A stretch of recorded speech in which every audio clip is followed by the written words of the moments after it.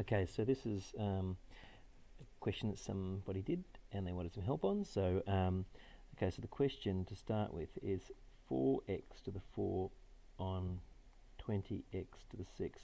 So I'm going to show a long way and a short way how to do this. And so the long way is to think, well, actually, 4 on the top, x, because it's x times x times x times x times x, and 20 is the same as 4 times 5, x, x, x, x, x, x. And so then what I can do is I can cancel 1 for 1, 1 for 1, 1 for 1, 1 for 1, and I can cancel out the 4 and the 4. So on the top I get left with basically like a 1, and on the bottom I've got 1, and on the bottom I've got 5x squared. Okay, so that's what's happening there. And the reason I can cancel out x and why I get a 1 on the top is because when I've got x divided by x, or say 4 divided by 4, is the same as 1, which is like 1 over 1. Yep, and so the same with x over x is the same as 1 over 1, which equals 1. Because, and the reason that is because how many times does x fit into x? It fits in there once. How many times does 4 fit into 4? It fits in once. Okay, so that's one way to do it. Okay, and that way makes sense. The other way that looks like they've done on here is like this. And so you separate the fractions, x to the 6. So you've got 4 on 20 times x, and when with the powers we minus them, so 4 minus 6, and so that's going to be x equals minus 2. And 4 on 20 is the same as, simplify that fraction, 4 on 20 on 4 times 5, so they cancel out, so I just get 1 on 5. So I get 1 on 5, x to the minus 2 is one way that I can do it. Okay, so that's that question. And then the other question, so we've got the long way and the short way there.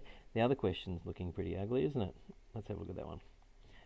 4xy 3 times x6y3 all over 16x3y10.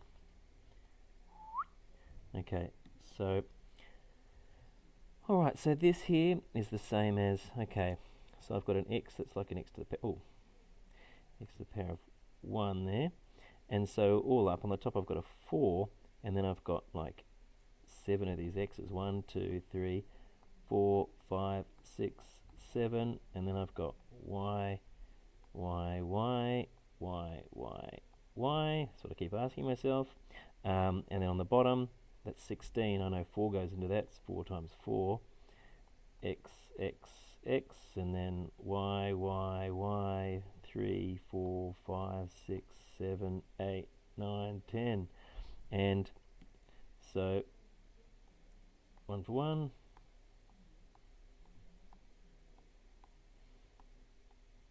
and the x's, and so in the end, and that 4 can go with that 4, and so I end up getting x to the power of 1, 2, 3, 4 on the top. On the bottom I get 4 with no x's, but there's y to the 1, 2, 3, 4, 5. So you can leave it like that, and that's fine. The other way, that's the long way. The short way would be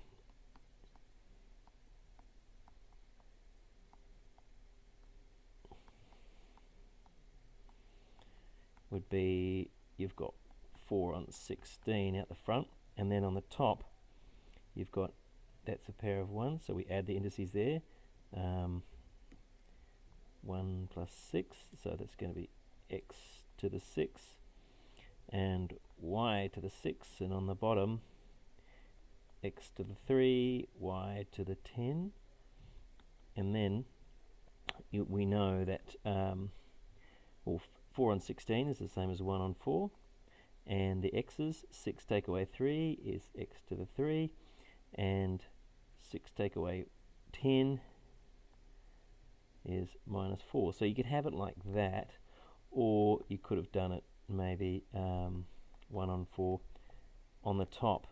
Remember, these 3 guys down the bottom are going to cancel with 3 of those guys, so I'm going to have x to the 3, go away, and on the bottom those 6 are going to cancel with 6 of those, so I'm going to end up with 4 on the bottom like that. So you can use that. So that's the same as what we got in the other way.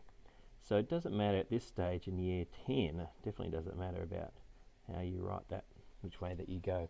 But the long way seems to make more sense than the other way.